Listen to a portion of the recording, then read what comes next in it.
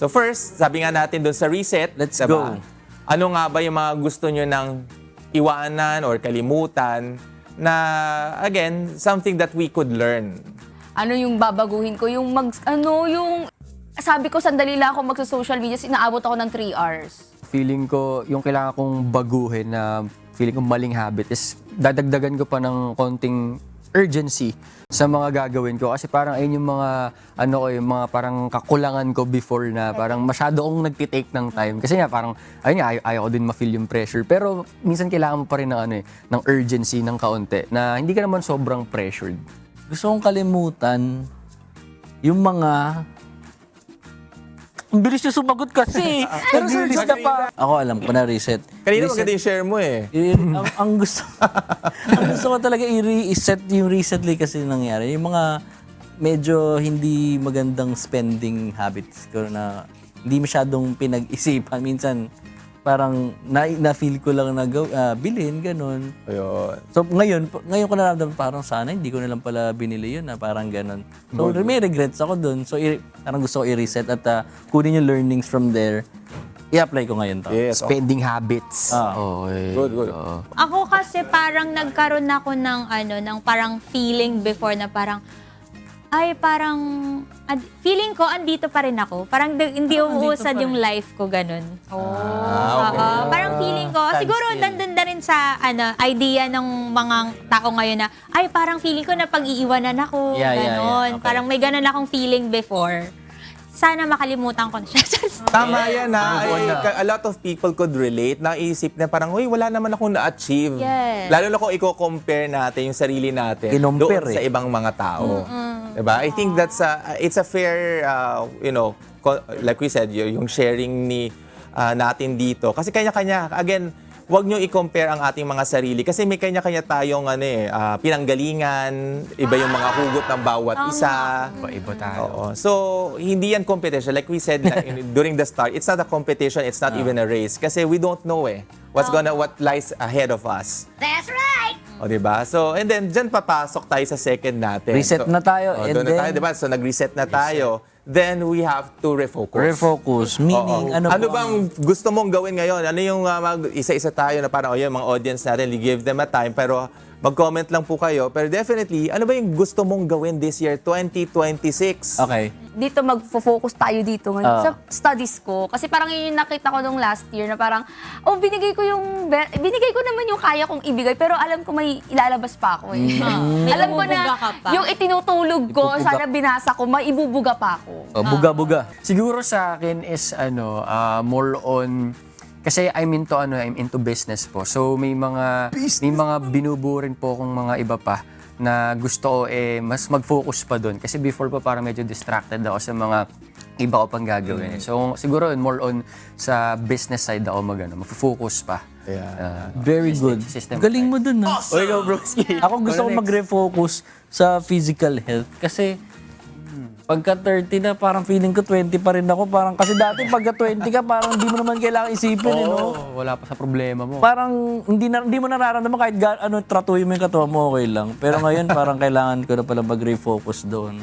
Madami nang masakit. Kaya nga, Meron kasi akong thinking before na ano ba yan, gantong edad na ako, parang feeling ko wala pa akong masyadong nababalik sa kanya. So parang naisip ko, gusto kong i-refocus na makapag-travel siya sa iba't ibang lugar. refocus. Yes. Okay. Ako naman, business din. Kasi parang, since pandemic, meron kasi ako na-start na business nun, pero hindi ko siya napagpatuloy. Tapos, gawa ng business plan.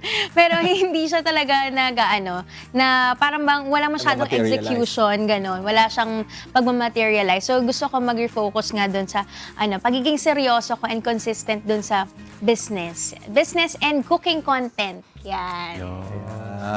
And eventually, dito na papasok yung ating last stage, which is the restart. Yan na nga. Oo, yung sinabi niyo, paano nga ba gagawin? Paano? Yung mga how mo na, para sa refocus mo. Yun nga, babalik dun sa una ko, hindi na masyadong mag-social Dami mo media. Akala ko hindi ka na masyado matutulog. Hindi. Hindi kasi yun lang ko. Kasi katulad niya, nakikita ko, ang tulog ko 4 hours. Pero kaya ko naman siyang dagdagan kung mas nag-aral ako ng mas maaga, hindi ako nag-cellphone. Yeah. Ganon. Ka-cellphone. So, ayun yung pinafocus ko yun. Tsaka hindi oo ng oo sa mga aya ng friends. Na parang bang obligasyon niya ang lahat. Sorry na. Yung parang pag inaya ako ng isang grupo dito, parang pag hindi ako nakasama, parang hindi sila masaya. Kailangan ko wag na gano'n. Ito tayong humindi. Real pressure. True. Pero pag libre, ibang usapan yun. Yeah. Pag KKB, yan. Ang tibay mo usapan naman. dyan. Oo. Ganun yun. Mindset ba? Mindset. Yun na, actually, ako, nakapag-start na ako. Tapos ngayon po may mga deadlines na ako. Kasi before, parang hindi ako ganun kaigpit eh. Pero ngayon, may expected na ako na weeks kung kailan yung sunod na step, ganyan. So, yun, so far, meron na po akong nagawa. Oo. Baka mamaya kasi mag-conflict dun sa may ni-reset ko eh. Baka mapagastos na naman ako eh. Dapat di na ulitin yung pagkakamali. Parang gusto kong maghanap ngayon na something na sustainable na magagawa ko. Kasi before parang masyado akong ambisyoso tapos di ko naman nagagawa. Ako actually nakapag-start na rin ako last year pa. May mga business meeting ako na samahan. Kaya may mga times na na-absent ako kasi nakikipag-meet ako dun sa partner ko. Pero siguro ngayon, focus din pa sa yung how. Mag-iipon pa ako para dun sa sa mismong business para makapagpatuloy siya ng mas maayos. Ipon pa din, yan. Yan, okay, ma'am. Ako po, ipon para more travels with Mamsi. Tapos start na kasi kami last year. Pero ang pinaka, naisip ko talaga, dati kasi inisip ko, dapat marami akong pera pag mag-travel kami. Pero naisip ko, baka pag marami na akong pera, hindi na makalakad yung nanay ko. Ano bang destination ang gusto mong puntahan? Gusto ko po kasi mag-Japan siya eh. Wow! Ayan. Gusto ko talaga makapag-travel siya palagi. So parang naisip ko, baka pag hinintay ko na maging milyonaryo ako, hindi na siya nakakalakad nun. So kailangan, kahit wala pang masyadong pera, basta go lang ng go. Oo. God will provide. yes. Basta maganda yung nasa ng puso Yes. natin. Ayun. Nakakatuwa. At least nalaman natin yung mga goals ng isa't isa. Malinaw na yung direction mo sa buhay. May direction na. May direction na 2026. Pero thank you so much po, sir. Thank you so much for having Ang dami po ninyong na-share sa amin. Timely po itong mga shinare niyo sa amin. Tsaka nakakaramdam talaga kami na na-i-inspire na kami to start our year right. Tama. Pati yung mga kasambahay natin. Ayun. Kaya para po dun sa mga gustong mag-book ng sessions with you po, paano po ba nila kayo makokontak? Tsaka baka may gusto po kayong batiin. Go ahead, sir. Ayun, maraming salamat po again. Good morning, Kuya, sa lahat po ng UNTV. Maraming salamat po sa inyo. Konting invite lang po. Again, we're talking about reset, restart, tsaka yung ating mga refocus. I'm inviting you, particularly visit po yung aming VS Hotel Convention Center. Diyan lang po yan sa GMA. Kasama po yung Victoria Sports Club.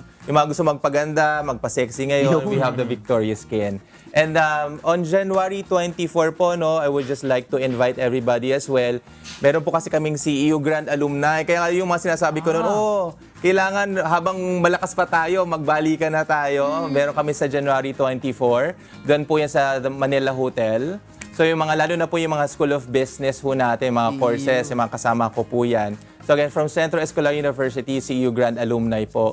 Please, contact po yung CEU Alumni Foundation para ho dun sa mga tickets po ninyo. Yeah. Maraming salamat po. Thank you.